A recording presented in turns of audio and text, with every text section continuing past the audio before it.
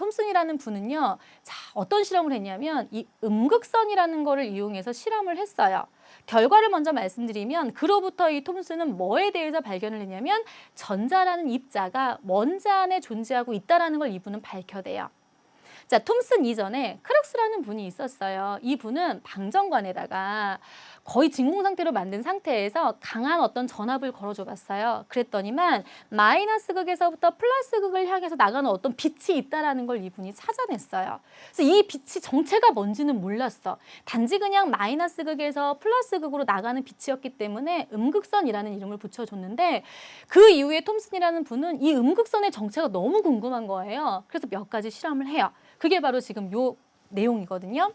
자, 우선 첫 번째 한번 보세요.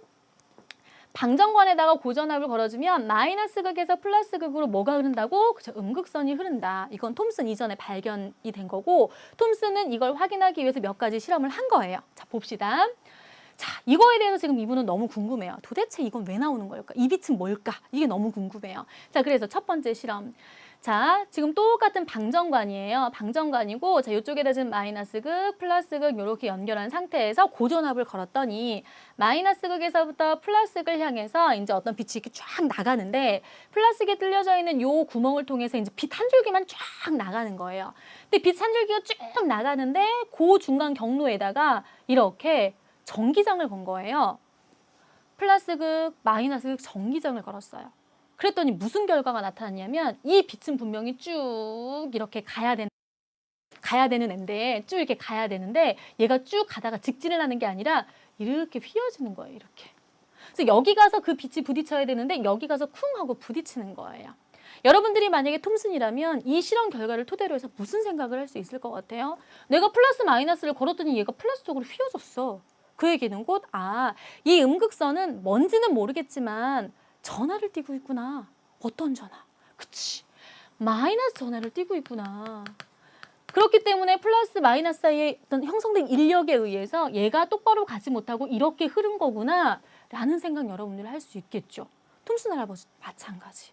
음극선이 뭔지는 모르겠지만 마이너스를 띠고 있구나 라는 걸 이 실험을 통해서 확인을 했어요. 그 다음 또 다른 이 실험.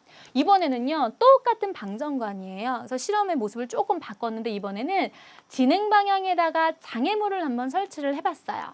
여기가 마이너스 극이고 이쪽이 지금 플러스 어디 갔어? 이쪽이 지금 이제 이렇게 플러스 극인데 장애물을 설치를 한번 해봤어요. 그러면 음극선은 마이너스 극에서부터 플러스 극을 향해서 이렇게 쭉 이렇게 가는 애죠. 그죠? 근데 장애물을 설치했더니 반대쪽에 그림자가 생긴 거야.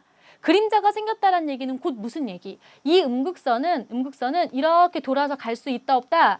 갈 수 없는 어떤 성질을 가지고 있는 직진할 수 있는 그런 성질을 가지고 있는 빛이구나 라는 뜻이겠죠. 자, 그 다음에 마지막 실험이요. 이번에는 어떻게 했냐면 이 음극선에다가 여기 중간에다 바람개비를 이렇게 설치를 한번 해봤어요. 그리고 나서 이제 실험을 했어요.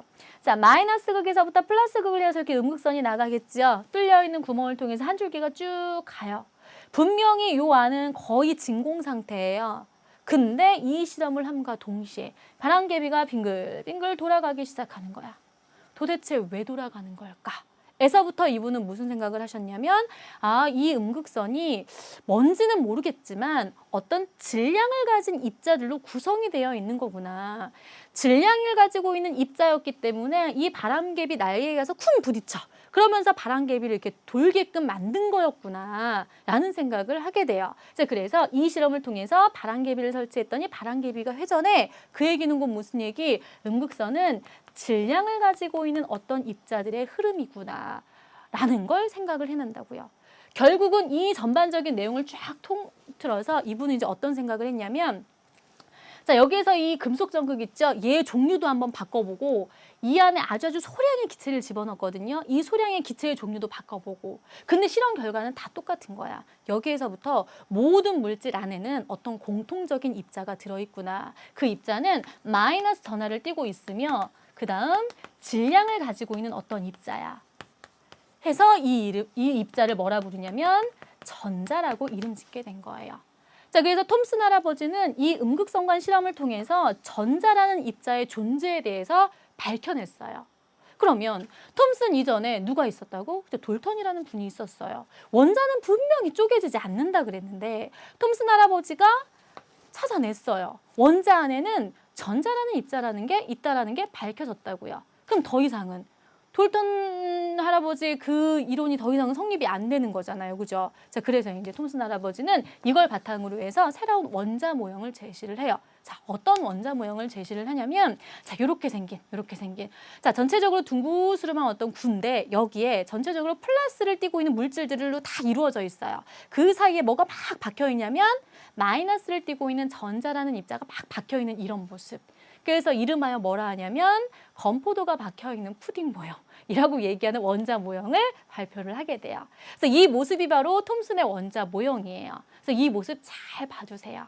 전체적으로 플러스를 띠고 있는 물질이고 그 사이사이에 전자가 박혀있는 이런 어떤 새로운 어떤 모형을 제시를 했다. 뭐의 발견과 더불어서? 전자의 발견과 더불어서 이분은 이런 모형을 제시를 하게 된 거다. 자, 정리되죠?